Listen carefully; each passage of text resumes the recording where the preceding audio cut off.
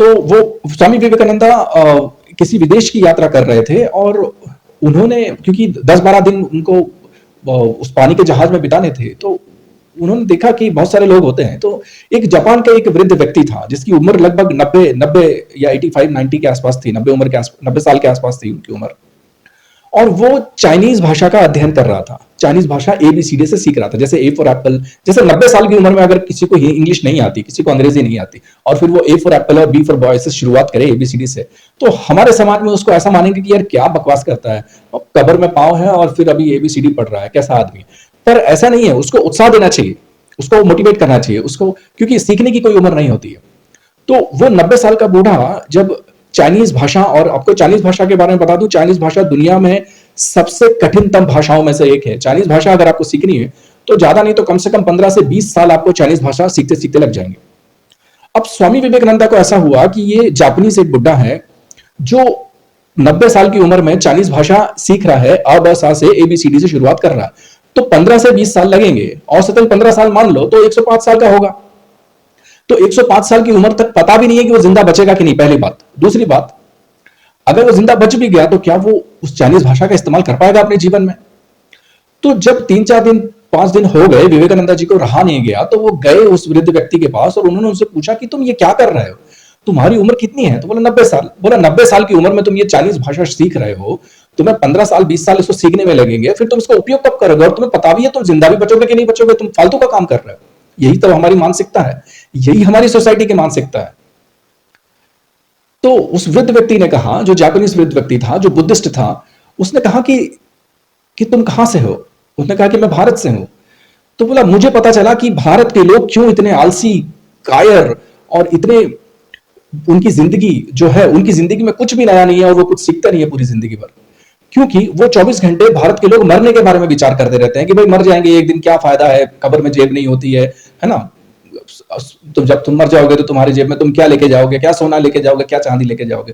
जो देश, जो कौम और जो समाज पूरे 24 घंटे मरने पर विचार सोचता रहता है, मरने के विचार पर ही सोचता रहता है कि भाई मर जाना है, क्या फायदा है ये खा के, मर जाना है, क्या फायदा है ये पी के, मर जाना है, क्या फायदा है ये कमा के, मर जाना है, क्या फायदा है यहां जाके, मर जाना है, क्या करना है। तो उस समाज की, उस देश की, उस व्यक्ति की जो पूरी की पूरी जिंदगी है वो नेगेटिव रहेगी और वो कभी भी कुछ भी नया नहीं कर सकेगा, कुछ भी अच्छा नहीं कर सकेगा, ना अपने लिए कर सकेगा और ना दूसरे के लिए करेगा, क्योंकि उसका सोच जो है नेगेटिव है। उस वृद्ध व्यक्ति ने जो कहा, उससे स्वामी विवेकानंद जी के कान खुल गए। उस वृद्ध व्यक्ति ने कहा, उस बुद्ध साधु ने कहा कि मैं जब तक जिंदा हूं तब तक मैं हर दिन हर पल जीना चाहता हूं। और जीना और हर पल जिंदा रहना, उसके मायने क्या है कि कुछ ना कुछ नया सीखना, कुछ ना कुछ नया करना। अगर मैं कुछ नया नहीं कर रहा हूं रोज, अगर मैं कुछ नया नहीं सीख रहा हूं अपनी जिंदगी में रोज, तो मैं आगे नहीं बढ़ रहा हूं, तो मैं जिंदा नहीं, फिर मैं मुर्दा हूं। तो मैं जब तक जिंदा हूं, मैं तब तक जिंदा रहना चाहता हूं।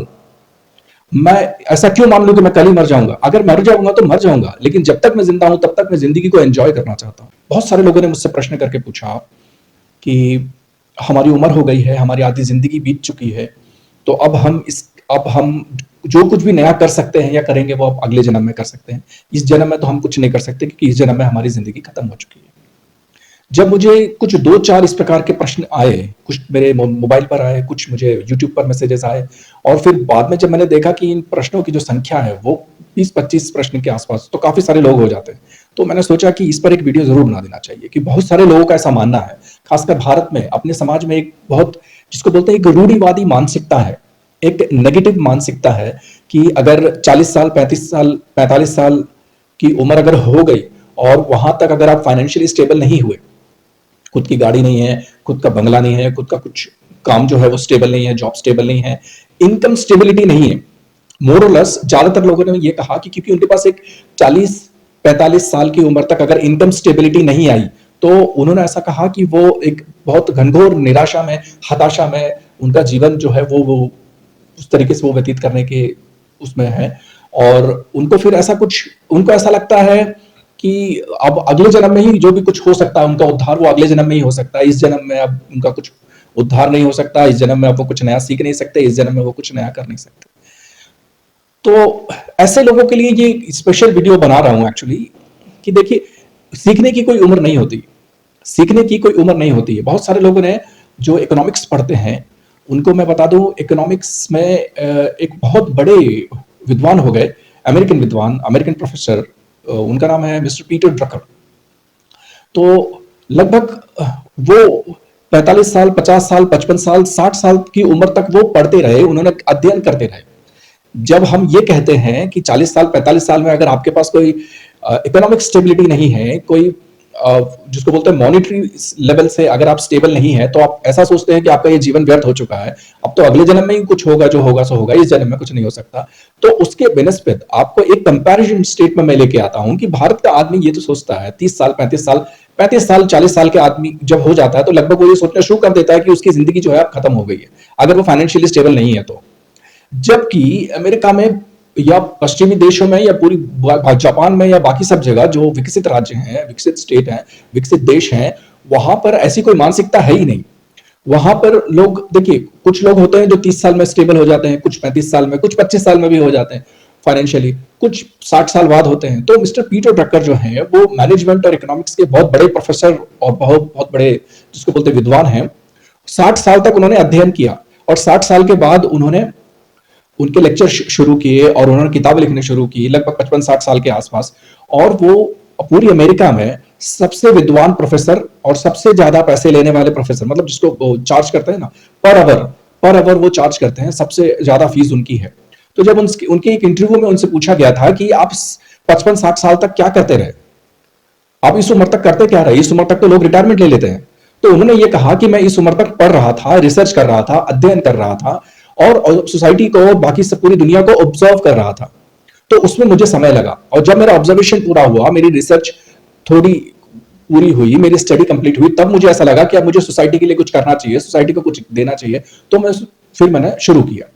तो जरूरी नहीं है कि अगर आप 40 साल, 45 साल के आसपास, 50 साल भी अगर आपकी उम्र हो गई हो, 55 साल, 60 साल भी आपकी उम्र हो गई हो, तो एक नेगेटिविटी का ख्याल तो आता है, एक नेगेटिव एनर्जी भी बहुत आती है कि भाई फाइनेंशियली स्टेबल नहीं हुए हैं। पर इसका मतलब ये नहीं है कि आप कुछ सीख नहीं सकते हैं और सीख के कुछ नया काम नहीं कर सकते हैं। देखिए, मैं दो ही बात कर रहा हूं। पहली बात ये कर रहा हूं कि इसका मतलब ये नहीं कि आप सीख नहीं सकते हैं, और दूसरी बात ये कर रहा हूं कि इसका मतलब ये नहीं कि आप इकोनॉमिकली स्टेबल नहीं हो सकते। अपने स्वामी विवेकानंदा का नाम सुना होगा। स्वामी विवेकानंदा की एक कहानी है। एक बार स्वामी विवेकानंदा जी कहीं जा रहे थे, भारत से किसी दूसरे विदेश की यात्रा पर जा रहे थे और वो पानी के जहाज में जा रहे थे। देखिए, दो तरीके से विदेश की यात्रा होती है। एक तो होती है पानी के जहाज से, जो थोड़ी सस्ती पड़ती है, और एक होती है हवाई जहाज से, जो थोड़ी महंगी पड़ती है। तो वो पानी के जहाज से जा रहे थे और उसमें बस बात इतनी होती है कि पानी के जहाज से जब आप ट्रैवल करेंगे तो आपको 15 दिन, 20 दिन, 25 दिन, डिपेंड करता है कौन से देश जाना है, तो उतना दिन आपको लगते हैं। अब हवाई जहाज से ऐसा है कि आप 24 घंटे में, 18 घंटे में, 15 घंटे में उड़ के सीधा पहुंच जाते हो। तो वो स्वामी विवेकानंदा किसी विदेश की यात्रा कर रहे थे और उन्होंने, क्योंकि 10-12 दिन उनको उस पानी के जहाज में बिताने थे, तो उन्होंने देखा कि बहुत सारे लोग होते हैं। तो एक जापान का एक वृद्ध व्यक्ति था जिसकी उम्र लगभग 90 या 85-90 के आसपास थी, 90 साल के आसपास थी उनकी उम्र। और वो चाइनीज भाषा का अध्ययन कर रहा था, चाइनीज भाषा ABCD से सीख रहा था। जैसे A फॉर एप्पल, जैसे 90 साल की उम्र में अगर किसी को इंग्लिश नहीं आती, किसी को अंग्रेजी नहीं आती, और फिर वो A फॉर एप्पल और B फॉर बॉय से शुरुआत करे ABCD से, तो हमारे समाज में उसको ऐसा मानेंगे कि यार क्या बकवास करता है, कब्र में पांव है और फिर अभी ABCD पढ़ रहा है, कैसा आदमी। पर ऐसा नहीं है, उसको उत्साह देना चाहिए, उसको मोटिवेट करना चाहिए उसको, क्योंकि सीखने की कोई उम्र नहीं होती है। तो वो 90 साल का बूढ़ा जब चाइनीज भाषा, और आपको चाइनीज भाषा के बारे में बता दूं, चाइनीज भाषा दुनिया में सबसे कठिनतम भाषाओं में से एक है। चाइनीज भाषा अगर आपको सीखनी है तो ज्यादा नहीं तो कम से कम 15 से 20 साल आपको चाइनीज भाषा सीखते सीखते लग जाएंगे। अब स्वामी विवेकानंदा को ऐसा हुआ कि ये जापानीज एक बुड्ढा है जो 90 साल की उम्र में चाइनीज भाषा सीख रहा है, अ ब स से ABCD से शुरुआत कर रहा है। तो 15 से 20 साल लगेंगे, औसतन 15 साल मान लो तो 105 साल का होगा। तो 105 साल की उम्र तक पता भी नहीं है कि वो जिंदा बचेगा कि नहीं, पहली बात। दूसरी बात, अगर वो जिंदा बच भी गया तो क्या वो उस चाइनीज भाषा का इस्तेमाल कर पाएगा अपने जीवन में? तो जब 3-4 दिन, 5 दिन हो गए, विवेकानंदा जी को रहा नहीं गया, तो वो गए उस वृद्ध व्यक्ति के पास और उन्होंने उनसे पूछा कि तुम ये क्या कर रहे हो, तुम्हारी उम्र कितनी है? तो बोला 90 साल। बोला 90 साल की उम्र में तुम ये चाइनीज भाषा सीख रहे हो, तुम्हें 15 साल 20 साल इसको सीखने में लगेंगे, फिर तुम इसका उपयोग कब करोगे? और तुम्हें पता भी है तुम जिंदा भी बचोगे कि नहीं बचोगे, तुम फालतू का काम कर रहे हो। यही तो हमारी मानसिकता है, यही हमारी सोसाइटी की मानसिकता है। तो उस वृद्ध व्यक्ति ने कहा, जो जापानीज वृद्ध व्यक्ति था, जो बुद्धिस्ट था, उसने कहा कि तुम कहां से हो? उसने कहा कि मैं भारत से हूं। तो बोला, मुझे पता चला कि भारत के लोग क्यों इतने आलसी, कायर और इतने, उनकी जिंदगी जो है, उनकी जिंदगी में कुछ भी नया नहीं है और वो कुछ सीखता नहीं है पूरी जिंदगी भर। क्योंकि वो 24 घंटे भारत के लोग मरने के बारे में विचार करते रहते हैं कि भाई मर जाएंगे एक दिन, क्या फायदा है, कब्र में जेब नहीं होती है ना? तो जब तुम मर जाओगे तो तुम्हारी जेब में तुम क्या लेके जाओगे, क्या सोना लेके जाओगे, क्या चांदी लेके जाओगे? जो देश, जो कौम और जो समाज पूरे 24 घंटे मरने पर विचार सोचता रहता है, मरने के विचार पर ही सोचता रहता है कि भाई मर जाना है, क्या फायदा है ये खा के, मर जाना है, क्या फायदा है ये पी के, मर जाना है, क्या फायदा है ये कमा के, मर जाना है, क्या फायदा है यहां जाके, मर जाना है, क्या करना है। तो उस समाज की, उस देश की, उस व्यक्ति की जो पूरी की पूरी जिंदगी है वो नेगेटिव रहेगी और वो कभी भी कुछ भी नया नहीं कर सकेगा, कुछ भी अच्छा नहीं कर सकेगा, और ना अपने लिए कर सकेगा और ना दूसरे के लिए करेगा, क्योंकि उसका सोच जो है नेगेटिव है। उस वृद्ध व्यक्ति ने जो कहा, उससे स्वामी विवेकानंद जी के कान खुल गए।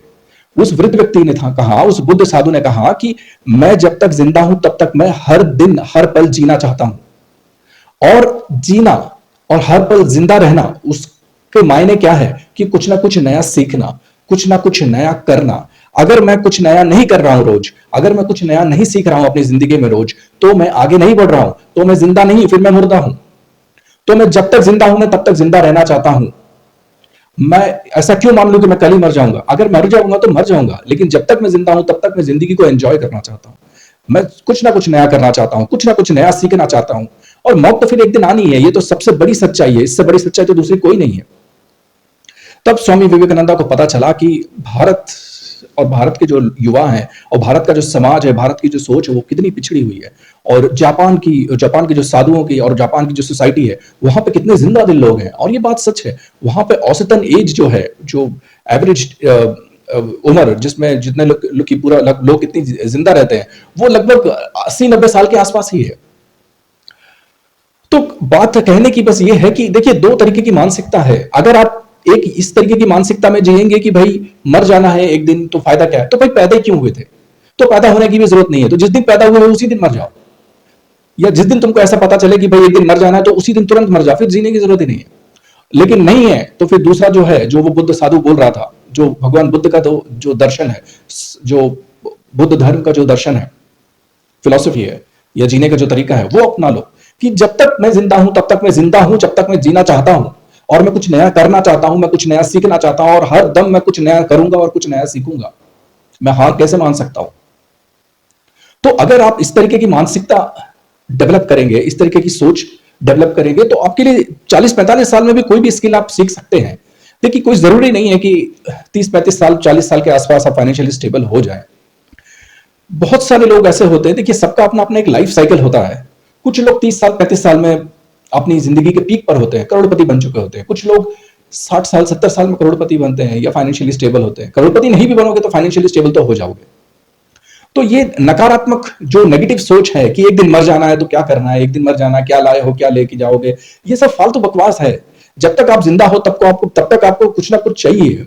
तब तक आपको दवाई चाहिए, घर चाहिए, खाने के लिए कुछ चाहिए, कपड़ा पहनने के लिए चाहिए, मौसम से रक्षा करने के लिए चाहिए।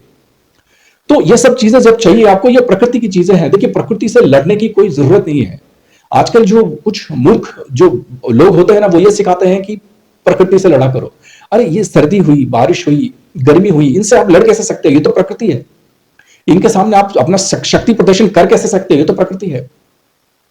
इनसे लड़ने की जरूरत नहीं है आपको, इनसे प्रोटेक्शन की जरूरत है। बारिश आए तो अपने आप को प्रोटेक्ट करो, शरीर को प्रोटेक्ट करो। गर्मी आए तो शरीर के लिए जो करना है वो करो।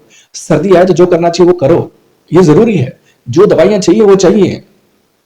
आप इन चीजों के बिना नहीं रह सकते। ये सारी बातें नेगेटिव हैं और इन चीजों पे अगर आप रहोगे तो जो लोग ये बोल रहे हैं वो देखो कौन सी कार में आते हैं, देखो उनके बच्चों के पास कौन सा मोबाइल है, कौन से कैसे कपड़े पहनते हैं। जो पंडित जी या जो साधु जी या जो ब्राह्मण जी जो आपको ये सिखा रहे हैं कि कब्र में जेब नहीं होती और एक दिन मरना है, क्या लाए थे, क्या ले जाओगे और क्या लेके जाना है, सब एक दिन यहीं छूट जाना है, उनके बच्चों को और उनको उनकी लाइफस्टाइल देखो अंदर जाके, वो दिखाते नहीं है। वो दिखाते नहीं है, लेकिन वो लाखों करोड़ों रुपए की लाइफस्टाइल जी रहे हैं। वो ऐसी लाइफस्टाइल जी रहे हैं जो एक फिल्म स्टार जीता है, जो एक क्रिकेटर जीता है, जो बड़े बड़े उद्योगपति जिस प्रकार से जिंदगी अपनी लग्जरियस लाइफ जीते हैं ना, उस तरीके से वो लग्जरियस लाइफ जीते हैं। और ये जो यूट्यूब वीडियोस पे वो डालते हैं ना कि वो ऐसी सूखी रोटी खा रहे हैं और वो ऐसा खा रहे हैं, वैसा खा रहे हैं, वो सिर्फ वीडियो बनाने की बात है भाई, आप भ्रमित मत हो। ये सिर्फ जिसको बोलते हैं ना कि हाथी के दांत दिखाने के और होते हैं, खाने के और होते हैं। तो जिंदगी में आप चाहे आपकी उम्र कितनी भी हुई हो, आप आराम से उस समय भी कोई नया स्किल सीख सकते हो, और वो स्किल सीख कर कुछ नया जॉब करके अपने आप को फाइनेंशियली स्टेबल कर सकते हो। इसमें कोई बड़ी बात नहीं है, कर सकते हो, पूरी दुनिया में सब जगह करते हैं।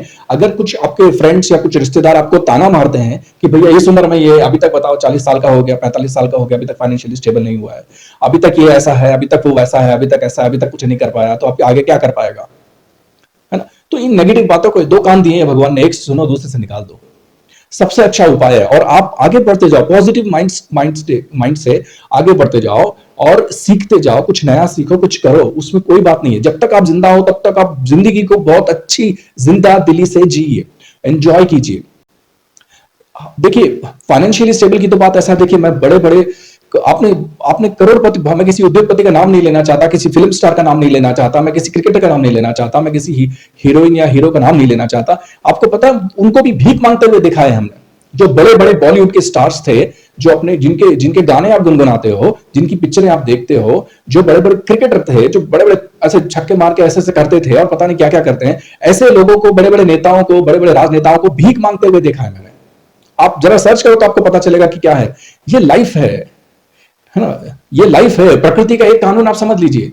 इसमें कोई भी किसी भी भगवान का नाम लेने से सूर्योदय नहीं होगा, और किसी भी भगवान का नाम नहीं लेने से अंधेरा नहीं होगा। ये साइकिल है, अपने आप होगा।